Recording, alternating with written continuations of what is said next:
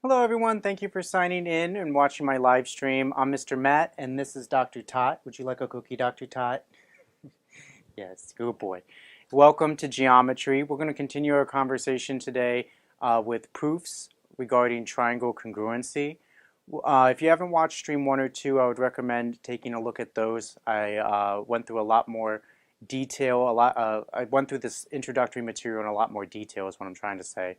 I'm going to jump right into just a cursory overview of a few properties that are going to be relevant throughout proofs, as well as the 4 triangle congruency postulates that correspond to triangle congruency. So let's go ahead and get started. I'm going to share my screen with you. Just a reminder, these are live streams, so there's a little bit of a delay with the iPad, but I'll keep track of that. If there's any questions at any point, just feel free to ask in either the live session chat function or the drop a comment below. But otherwise, let's just review a few properties.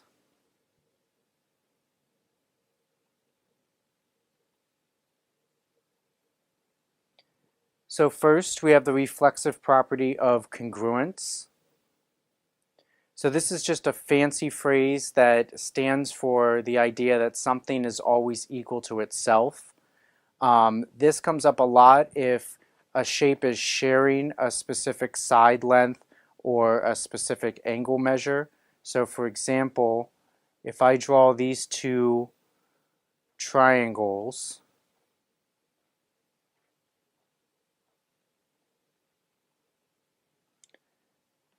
so if I have triangle ABC, and I'll call this one EFGHI. So notice that in both cases, the triangle on the left, triangle ABC, they both share side BD. So we could say that side length BD must be congruent to side length BD because of the congruence, because of the reflexive property of congruence. We could also say that both of these triangles on the right share angle measure GEH or FEI, however you want to label that. So we could say that angle measure GEH is congruent to angle measure FEI because of the reflexive property of congruence. Also, a few vocab words. Bisect is the verb. The noun would be a bisector or bisector. Anything that bisects something else splits it into 2 equal parts. So it dichotomizes something, so it splits into 2 equal parts. So that means that the resulting segments are congruent. That ending parentheses got cut off there. So the resulting segments are congruent. So for example, here, if we say that CD bisects angle ACB, this overall angle I'm drawing in purple, if that line segment bisects that angle, then we can conclude that angle ACD is congruent to angle BCD because those are the resulting segments of that bisector bisecting that angle, or that line segment bisecting that angle. A similar concept with line segments is the midpoint. So the midpoint occurs at the middle of a line segment, therefore the resulting halves, or the resulting segments, have to be congruent to each other. So in this diagram, let me move this up a little bit. So in this diagram, if we have line segment AC, and I tell you that point B is the midpoint of line segment AC, then you can conclude that line segment AB is congruent to line segment BC, because B is the midpoint of the line overall. Then we also have congruent parts of congruent triangles are congruent. We're going to see more of that in later lessons. However, for now, just know that this is a way of working backwards. So sometimes they don't give you a part of the two triangles being congruent and ask you to prove that the two triangles overall are congruent. Instead, they can do the reverse. So they can tell you that from the given that the two triangles are congruent to each other, and then ask you some information about certain corresponding parts, so two corresponding angles or two corresponding line segments. Also, vertical angles are an important concept to understand. Anytime that two straight lines intersect each other, they result in two pairs of congruent angles. So for example, these two angles have to be congruent to each other, and these two angles have to be congruent to each other. If any one of the angles is 90 degrees, then they all have to be 90. But usually it's the case where there's just corresponding equivalent pairs.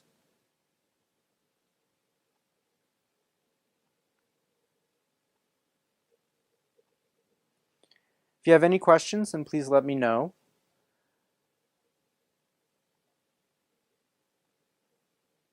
Otherwise, let's review the 4 triangle congruency postulates. So we have angle, side, angle. So if two angles and an included side of a triangle are congruent to two angles and an included side of another triangle, then we can say that the triangles overall are congruent to each other.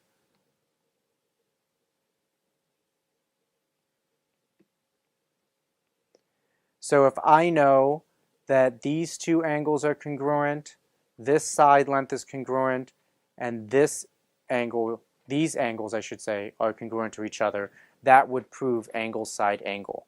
You need to make sure that the side in question is included, meaning that it's between the other two corresponding congruent angle measure pairs. The second postulate is side, angle, side. It's just like the inverse of the first one. So if two sides and an included angle of a triangle are congruent to two sides and an included angle of another triangle, then we can say that the two triangles are congruent to each other. So here,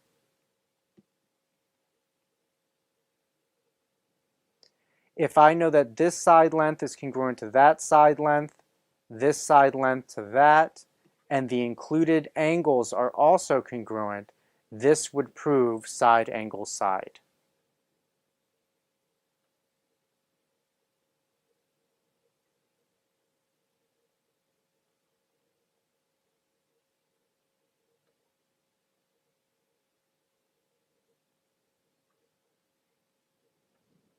The third postulate is angle, angle, side. So if two angles and a non-included side, notice that non-included there is different than the other two.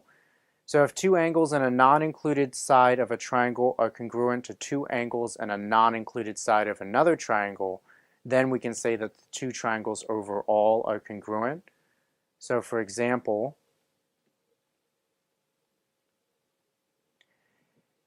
if I know that this angle is congruent to that angle, this next angle is congruent to that other next angle, and then this non-included side, notice how the side is not between the angles, it's on the outside of the angles now. So this is angle, angle, side, and this also proves triangle congruency.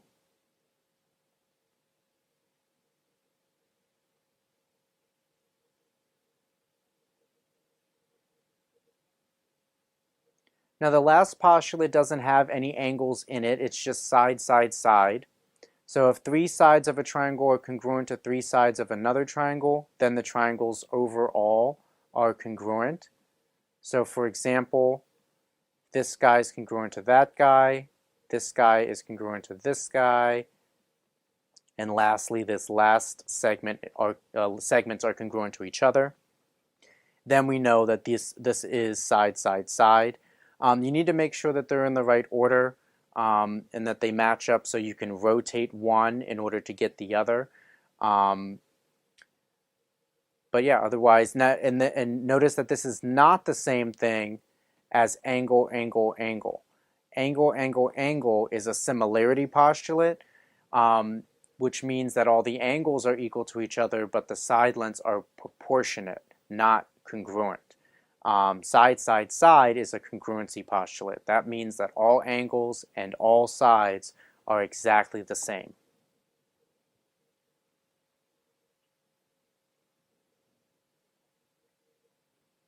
If you have any questions, then please let me know.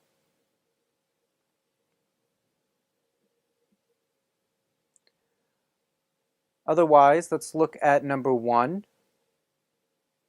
So we have this diagram, and the given information is that line segment KL is congruent to line segment NO, and line segment KM is congruent to line segment NM. And I'm asking you to prove that triangle KLM is congruent to triangle NOM. I'll give you 5 minutes, and then we'll go through the solution. I'll keep track of the time in the upper right-hand corner, and I'll update it per minute.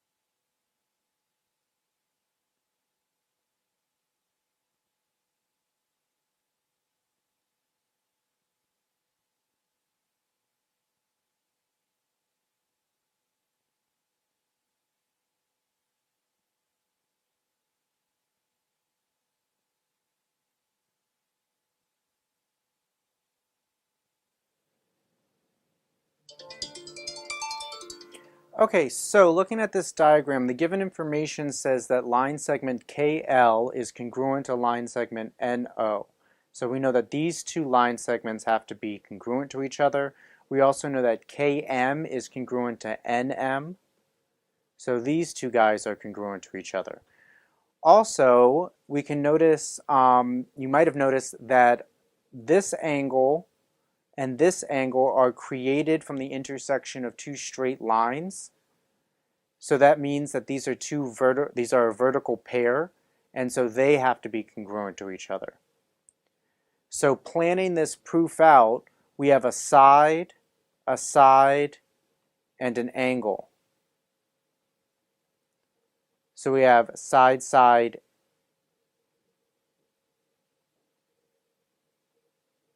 angle, or angle, side, side. No, wait, hold on, I'm sorry. Is there a typo here?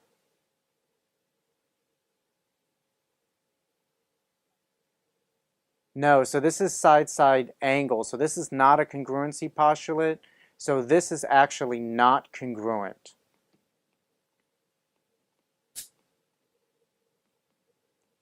Okay, so side-side angle is not a congruency postulate, so it's important to be able to recognize that. Now let me just make a correction here. I was looking to see if this is a typo, but this I think was a trick question. So if we knew that line segment LM was congruent to line segment MO, then we would have side angle side, and that is a triangle congruency postulate. But side side angle is not, so this is not congruent. If you have any questions, then please let me know. That was a little bit of a trick to start out with. Otherwise, let's look at question number 2. So we have this quadrilateral that's split in half, creating two triangles. And the given information is that line segment IK bisects angle JIL and angle JKL. And I want you to prove that triangle IJK is congruent to triangle ILK. So I'll give you 5 minutes and then we'll go through the solution.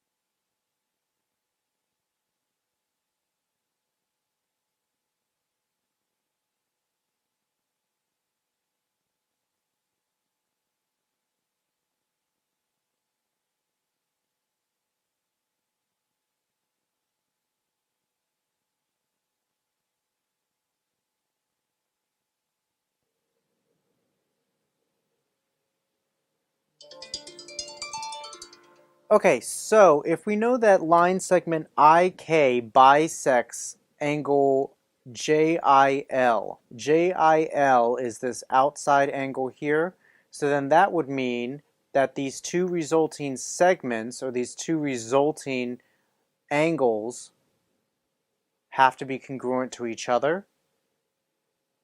So we know that angle JIK has to be congruent to angle LIK. And then if IK also bisects JKL, JKL is this larger angle over here. So that's going to mean that these resulting line segments are congruent to each other as well. Actually, let me put those out here so it's a little bit clearer. Also, make sure that you notice that they both share this line segment IK. So we know that IK has to be congruent to IK because of the reflexive property of congruence, and then they give us that other two pairs, the other two angles that IK is the included side for, are congruent to each other. So planning this out, this looks like angle side angle. We have the included side between two angles, so that does prove triangle congruency. Now we just need to make sure that we state explicitly how we've proven each of those three components. So for the first statement, I'm going to say, just the given information, that line segment IK bisects angle JIL, and that was given. From that, we can conclude that angle JIK has to be congruent to angle LIK.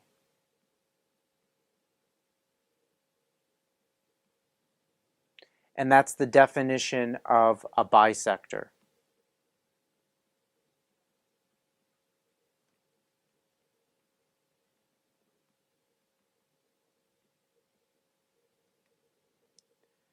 For the third statement, we can say that IK, the given information of line segment IK,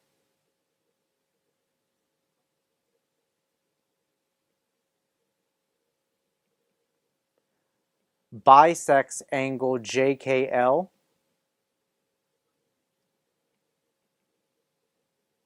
and that was given. And from that, we can conclude that angle JKI has to be congruent to angle LKI. And that again is a definition, or the definition of a bisector.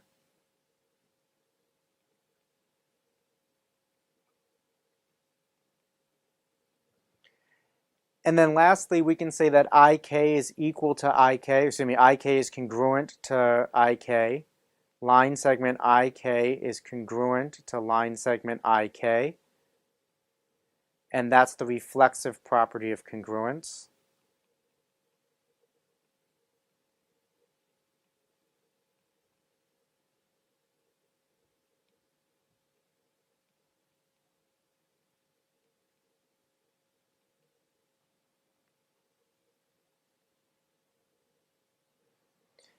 And so finally, we can say that triangle IJK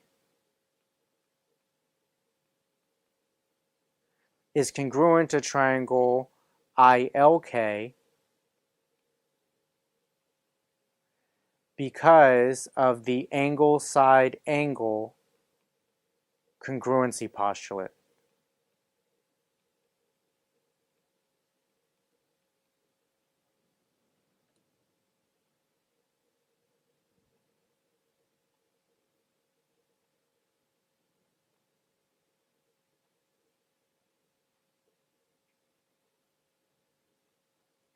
If you have any questions, please let me know.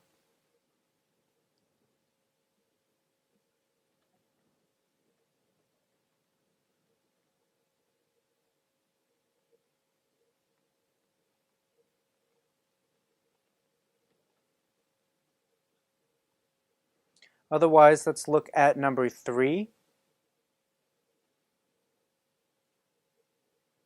So we have the following given information. Line segment KL is parallel to line segment ON. We also know that line segment KL is congruent to line segment ON. And I'd like you to prove that triangle KLM is congruent to triangle NOM. I'll give you 5 minutes and then we'll go through the solution.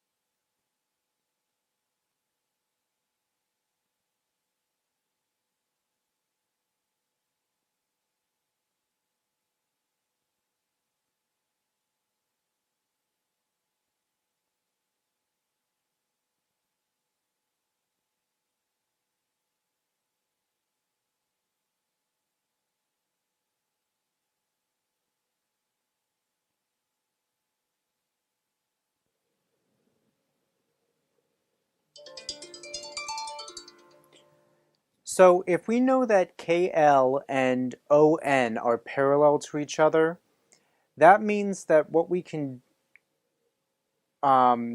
observe is that we have two parallel lines with a transversal. So actually, let me extend, if we extend these lines out, so imagine that these things just continue forever. This line right here intersects these two parallel lines. And the same actually, let me draw it for this guy. And actually, let me use a different color because that would be more helpful. So if I have this transversal in red that's going through these parallel lines, that's going to create a whole bunch of angle congruency relationships. And so angle LMK, angle KLM, I should say, angle KLM is congruent to angle NOM because they're alternate interior angles. So anytime a transversal intersects two parallel lines, or anytime a line intersects two parallel lines, it's called a transversal, and it creates all of these triangle congruencies. We can use that here in order to prove that one of the missing angles is congruent, because we know that these two right here are vertical pairs in the center. They're created by the intersection of two straight lines. So we know that angle LMK has to be congruent to angle OMN because of the definition of vertical angles. So starting with the given information, let me back out that stuff. So starting with the given information, we know that line segment KL is congruent to line segment ON. That's given. Line segment KL is also parallel to line segment ON. That's also given. If that's the case, that they are parallel to each other, then we can use the concept of alternate interior angles to say that angle KLM is congruent to angle NOM because of the definition of alternate interior angles.